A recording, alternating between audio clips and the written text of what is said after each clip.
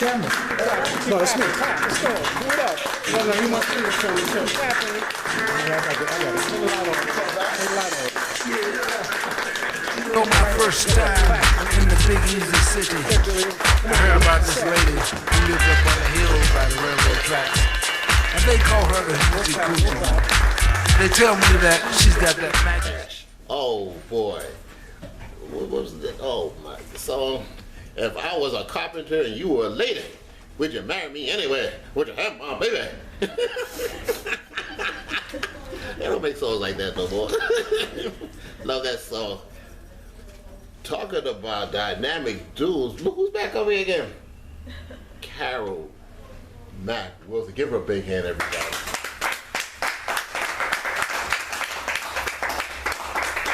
Talking about Johnny Cash and June Carter was one of my favorite overall dudes, that Marvin and Tammy and everyone else. Brooke Benton and Dinah Washington, what was your opinion when you first heard that record, Rockin' Good Way to Mess Around? Yeah. Oh, that's the duet of all times. I mean, there were Mickey and Sylvia before that. Yes. But it's actually Brooke and Dinah who really got people looking at duets. They weren't doing it back then, not that much back then, because later on they came with, with Dale and Grace, I'm leaving it up to you. And then you had, hey, Paula, I want to marry you. That came later on. But Brooke and Dinah, yes. It's a rockin' good way. And what's the other one? And Baby, You Got What It Takes. Baby, You Got What It Takes. That's the one. Yeah. They were so taught that they sort of hit it off. Is that? Well, Dinah, I met her too. You did? Yes. Oh, okay. Remember the musician who was the band at the Apollo? Okay. He died on the stoop. I think someone killed him. Oh, King Curtis? King Curtis. Okay, King Curtis was at the Apollo this night, and she was leaving. And there was other men there who wanted Mr. Curtis to do some music after the show with them. Dinah said, he's driving me home tonight. She was sassy. But Dinah said the men did, except for Brooke Benton. Brooke Benton was like, oh no. What? Brooke Benton said he's not that kind of guy. He's Mr. Smooth, He's a gentleman. But Dinah kind of got her way with guys. Everybody laughing back there. Somebody must know something about it. So they was cooking in the kitchen with Dinah, huh? They probably just know from the way she was. You know the song when Brooke Benton, there was an error in that song. Yes. What did she Baby, say? Gotta take, baby. Yeah. You my spot. That's right, because Brooke had a piece and Dinah had a piece, and you can hear her singing, "Get out, stay out of my spot." But the song was so good, they wouldn't do a redo. They kept that, even with the error. If you haven't heard it, listen to it again, and you'll hear that little spiel between them. And I think that's the way they really were. They wasn't, but it's something to be able to hold your talent, to stay in character, and to withstand all the stuff that was going on in the world at that time. So we should always applaud them. They're our ancestors. They kind of made the way for us. As bad as it is now, it probably would have been worse without that music for us. During the time when Mr. Benton came on the scene, we had a lot of unrest. We had the Cold War. We had, we have problem with Russia now. We have problem with Russia back then too. Yeah. And also to the space, space program, and I said, we had good old-fashioned peyote, that was running around in '59. In Vietnam. And also too, in Berlin too. Yeah, there was trouble. Yeah, because Vietnam would come later on. Yeah. That would come in 1961. They would start bringing in advisors. Remember that word advisors coming in. He was like the calm to the storm. Yeah, he came in and he said, it's just a matter of time. It's going to smooth out a little better. I mean, that song helped a lot of us feel better, you know, at least for the duration of the song when we heard it. How did you like Kitty O? Ah! Kitty O, don't you know that's wrong? I can't stand it. And hurting inside. Hurting inside. Ooh, you told me you love me. Do-do. You told me a lie. Do-do. Hurting inside. Do-do-do. Baby, what's wrong with me? Why should I live in misery? Someday you'll be sorry. Just wait and see. Someone's gonna hurt her, dude, like she hurt me. Dude, well, she'll be. Oh, I love that song. And you know that was in the back of it as a matter of time. That was on the flip side.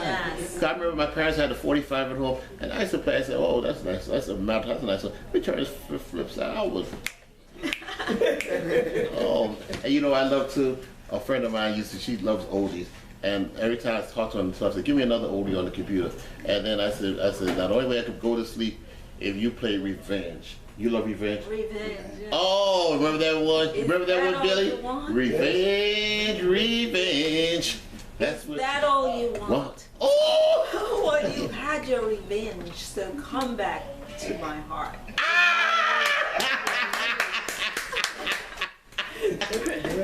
He has thought you remember the. Oh yeah. He was 17 when he came to New York for the first time. Yeah. And he was on the Ed Sullivan Show. If you go, no, there was somebody before Ed Sullivan. At 17, he is on a show, and it's on YouTube now, and you can hear him sing when he was like 17 years old. But then it didn't work out, and he went back to Carolina, and he was in Carolina with gospel groups. You know, he was in several gospel groups, and then he came back to New York. He worked in the garment district. He also, when he was in Carolina, he was a milkman. He was delivering milk and singing songs while he delivered that milk to every household in Carolina who ordered milk. But he never gave up. And you can imagine how difficult it might have been for him. 500 demos before. And he said to Clyde Otis, you know what, Clyde, I don't think I can do this anymore. I think I'm going to stop. And Clyde said, just hold out a little bit longer. It's just a matter of time. Brooke said, it's just a matter of time.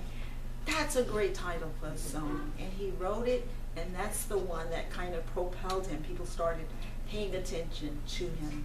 And he had, I think, 5 or 6 consecutive hits over an 18-month period. Yeah, that's a lot. I mean, he was breaking in. I'm not talking about just hits. I'm talking about golden hits.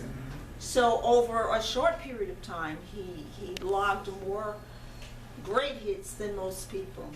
This is a picture of him and his mother and father. Yes, the mom and dad. Mom and dad. Yeah, the dad died shortly after I met the family, but the mother lived a little bit longer. Yeah. They're a very happy family. Yeah. When the families came together, it wasn't unusual for any one of them to just burst out in song and everybody would join in because they all could sing. They all had beautiful voices. Also, too, this gentleman, too, he was a barber. He was a barber in Pennsylvania. He had a show. Perry Como. He was with Perry Como, right? Oh yeah, that's right. There's a picture of he and Perry Como. When the record stopped, the hits stopped coming in. Did you still support him? I was hooked. I was like, I had his songs. So when I first heard him, I didn't even have a record player. We only had this old-fashioned big radio that sat on the floor. So you had to be there to hear it. So everybody, when I discovered his voice, I drove everybody crazy in my house, telling them, you gotta listen to the radio. When I went to school, I asked my stepmom, please listen to the radio so you could hear him didn't have a name then to even put to the voice. But I had everybody going crazy listening to this man. And it seems like when you're listening to a radio and you want them to announce the name of the singer, they never do. And No, the they first don't. time they didn't, and I was like, you know, I have to keep listening. And finally, they said his name. So now I have a name to work with, and I stopped driving people crazy with that. He went to the ministry later on. Could you explain that? Oh yes, I got the idea that perhaps he felt that he was resisting. You know how we have a calling to do a particular thing? Because I remember when I went to his first sermon, I remember when he robed himself and he came out, I remember him having his arms up like this and he said, "I'm coming, Lord." It felt like he felt that all his life that's where he should have been, but he was in that arena of the rhythm and blues. Like one of the writers said that Brooke Benton really was a gospel singer who stopped by the rhythm and blues circuit just for a little while. But he was deeply spiritual. You could tell that about him when you was around him. He was quiet and low key, but it looks like he was always thinking about a song. Because when Mary, that's his wife, and one sister and I, two sisters and I, we were riding to this place where he was going to do the presentation, and he was talking about life things, you know, like spiritual things. And when we got there, I realized that he was preparing or reviewing the message that he was going to. And I remember his wife, Mary, asked him, he would ask his sister, "Do you understand what I'm saying?" And he would ask his wife, "Do you understand what I'm saying?" So Mary said, "Well, why didn't you ask Carol if she understands?" He says, "I know she understands. I can tell by the questions that she's asking." So I understood the spiritual realm that he was on, and I kind of always was able to talk to him about it. Books, I would discuss books with him. He was very much into books too. You had your members of some of the members of your family think that you and him had something going on. Well, one of them says, Who was it? she asked me, "Are you sure you never had an affair with him?" She did ask me that, and I said, "No, I did not. I never even thought of something like that. I was very young and naive, and all I know was that I loved him.